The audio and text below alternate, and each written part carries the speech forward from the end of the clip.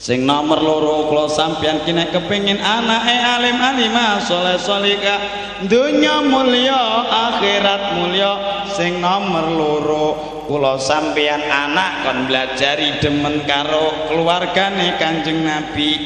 Sapa keluargane Kanjeng Nabi? Utamane Sayyidatina Khadijatul Kubra radhiyallahu anha. Siti Khadijah niku Pak Bu sugih-sugih wong wedok zaman suwau.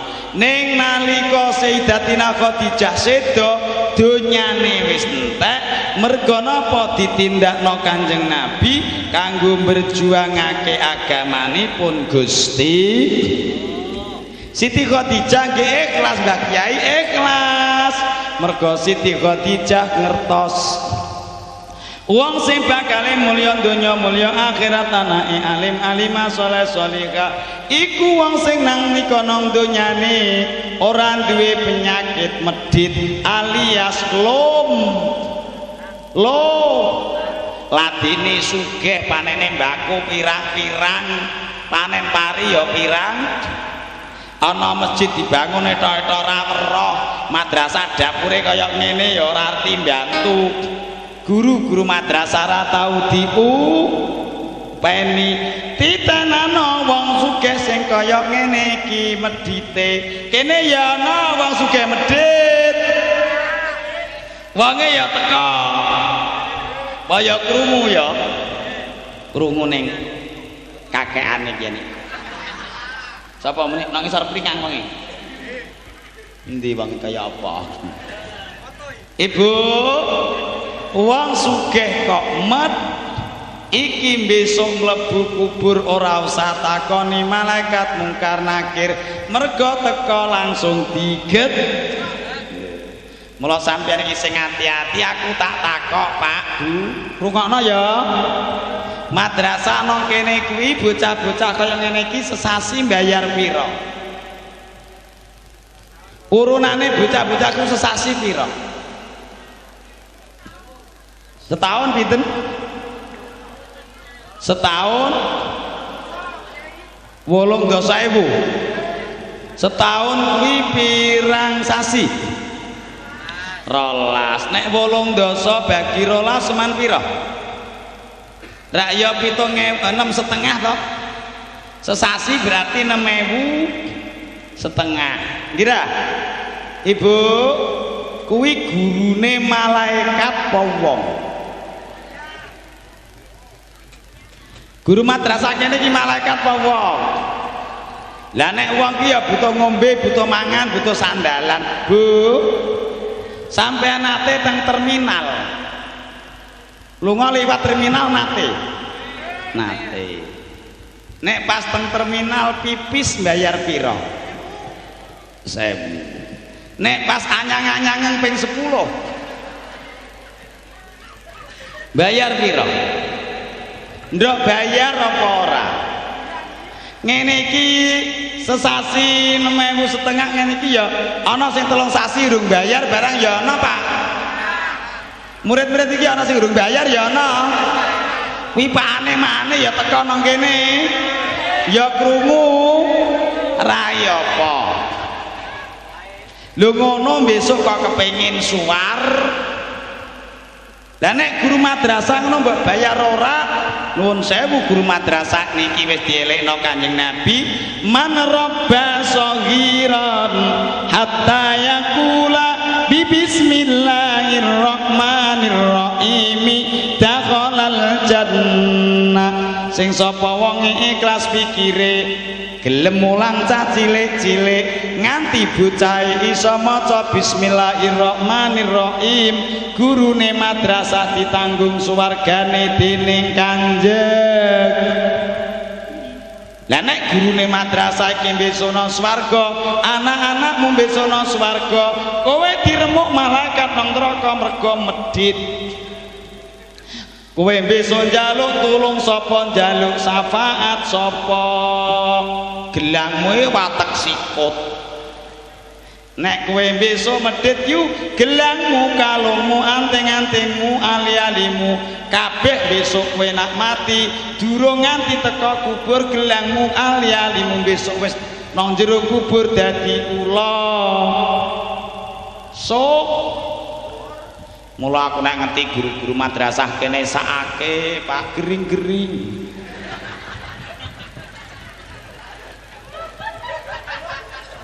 aduh kasihan deh lho ngene iki ya ora ana karek kataman ngene iki guru-guru madrasah ana sing nukokno sarung-sarung iki mboten enter kan ya Allah Gusti subhanallah la haula wala quwata illa billah mula aku ndek wingi dalu kula wonten madrasah Juwiring petuk Mbak Nur Markesi aku tak jaluk pokoknya guru-guru madrasah dipikirke ya Mbak aku mending ngono insyaallah mangke tahun ngarep guru-guru madrasah mriki satu orangnya digaji insyaallah 150.000 per bulan niki ndek wingi Bu Markesi wis tak anu piyambak wis tak takoni piyambak aku muni tenan lho Mbak nggih Mbak Yai muni ngono Allahumma ya sementara guru madrasah kingko ya iso tuku sarung kok aku nak ndelok wong wis kering sarunge ngeper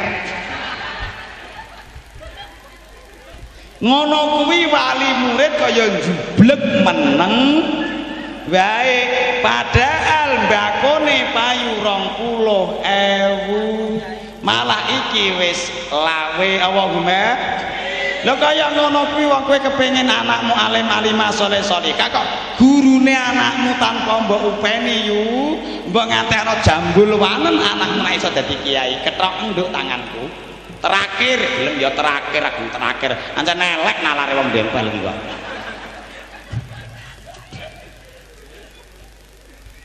barang entek madrasah burung dicek kok apalane kok guru madrasah kula tuwe kelas wae wong guru madrasah ki ndek anak bojo ya ora guru madrasah ki ndek anak bojo tulung nyuwun tulung Pak Lurah rada diiwangi-wangi mbok yo bondo-bondo desa ana sebagian sing diaturke nang nggone madrasah kanggo kesejahteraan sampeyan matur Pak Camat ki nek Pak Camat ya tetep apa ngridani sampeyan matur Bu Markesi ya tetep ngridani ora nantel kula sing matur nak rawani aku ndek camat ngene iki penak wong camat ngampel ki camat santri kok sampean kok wedi-wedi ki lha apa aku nek ndeloke camat ngampel Pak Muhammad Sukut alhamdulillah satu-satunya camat santri rata-rata camat kan bajingan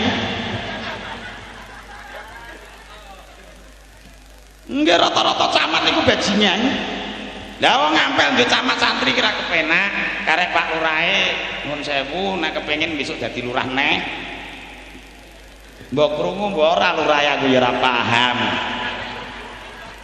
ora ketang sawah-sawah seprapat ikrar anu Pak Camat yang niki gandeng madrasah niki rempoyak gurune ndak geri-gering niki nyuwun tulung ya Pak Camat niki bondo desane badhe kula longi setengah kersane lah kangge kesejahteraan madrasah Pak Camat ra yo teken Bu Markesi ra yo teken sampeyan ora bakal didumu wong kanggo madrasah ora kanggo dhewe mawon kok Allahumma terakhir belum ya terakhir Ibu upakan maghrib nggih betah nggih ya betah aku ya ngerti kelakuanmu kok Nduk wong wedok ki anggere muni ngaji nyawang kiyaine kok rada ganteng hawane ra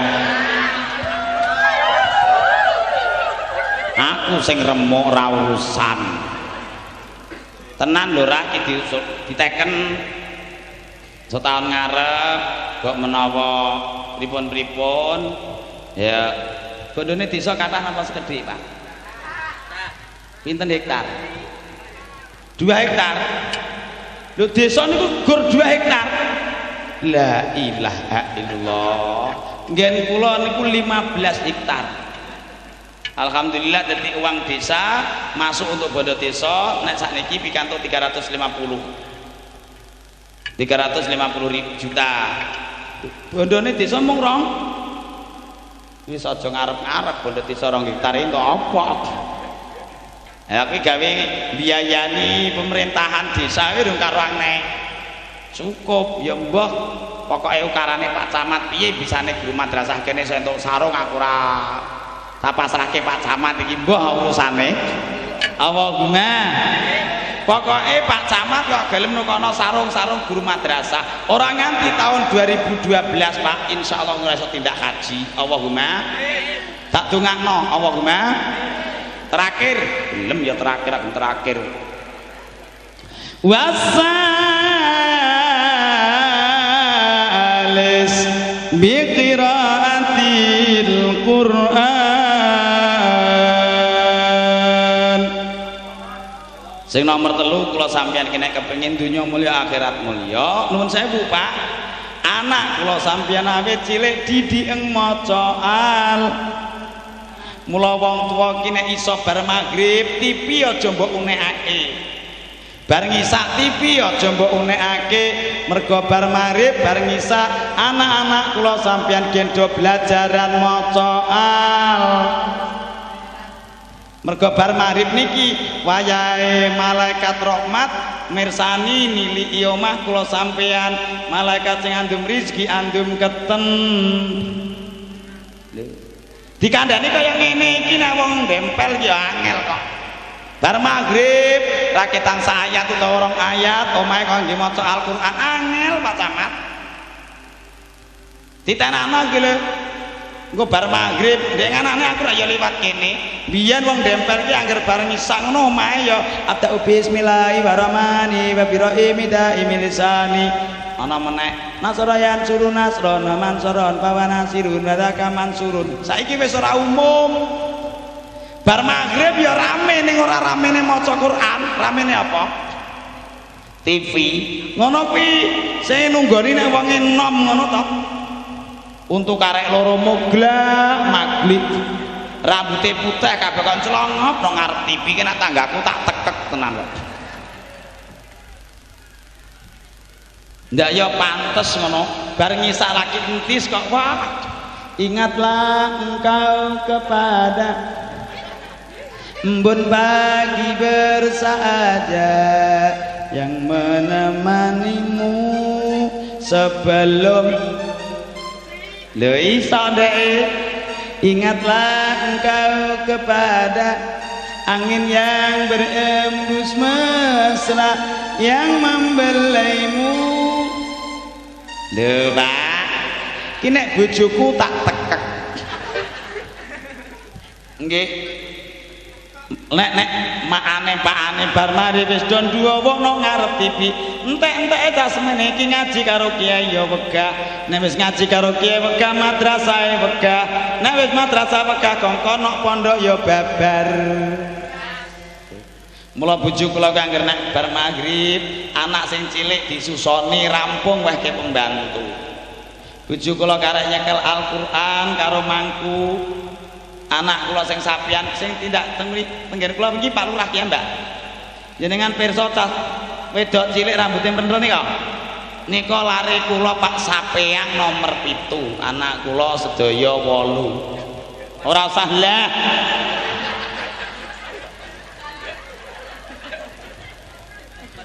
nak ana kiai anake akeh do muni lah bajingan anake tekan kono-kono kowe ra muni lah mongko bajingan ki anake ora sekolah ra ngaji mula donya isine musibah mawon kira-kira mula nek kiai anake akeh sampean ki ora sak muni lah kiai ki anggere anake akeh jono sing ngupeni musala ngupeni masjid mulang madrasah Allahumma donya nek isine kaya ngoten iki insyaallah ya upama ana musibah ki ya kira-kira mula wong wedok ki ana kiai anake akeh ora usah muni lah nek iso matur nuwun dan terima kasih alhamdulillah sebab kiai kuwi angger anake ije akeh ije ana sing maca kalimah Gusti Allah donya ije bakoh ambek wong wedok ki mbok ya sadar ora kono ora kene nek kiai rata-rata anake ra ya akeh nggih napa mboten Mbah kene ya rata-rata kiai anake akeh mergo ora kono ora kene hiburane kiai iki ya mung kuwi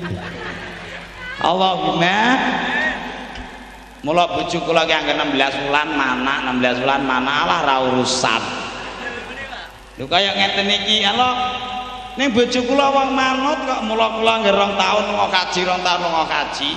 Mobil aku duwe pirang-pirang tuku nek kamu lho 170 tak gorene apa Mbah? Mergo bojo kula iki nek tak kandhani manut Pak Lurah angger bar magrib anak sing cilik badi susoni wehke pembantu kon turu nang kamar sebelah. Bojo nunggu nyaca Quran karo mangku anak kula sing cilik niku wae sing sampean madhep ngulon diiliri penak. Bismillahirrahmanirrahim. Awa abaunal awwalun qul innal awwalina wal akhirina lamajmu'una ila miqati yawmin ma'lum thumma innakum ayyuhad dhallunal mukaththibun la'akiluna min syajarin min zaqqum famali'una minhal butun fasharibuna alayhi minal amim fasharibuna syurbal him hadha nuzuluhum yawmad din nahnu khalaqnakum falawla tusaddiqun. Nek kula sampeyan iki telu niki sadha nglakoni insyaallah dunya mulya akhirat mulya amin Allahumma amin. Al-Fatihah. Alhamdulillah. Iyyaka na'budu wa iyyaka nasta'in. Shiratal ladzina an'amta 'alaihim. Bismillahirrahmanirrahim. Allahumma shalli ala sayyidina Muhammad wa ala ali sayyidina Muhammad sayyidil awwalin wal akhirin wa radhiyallahu tabaraka ta'ala nasabi rasulillahi ajmain. Bismillahirrahmanirrahim. Alhamdulillahirabbil alamin hamdan syakirin hamdan na'imin hamdan yuwafi ni'amah wa yukafi mazidah ya rabbana lakal hamdu wa lakas syukru kama yanbaghi li jalali wajhikal karimi wa 'azimi sultanik.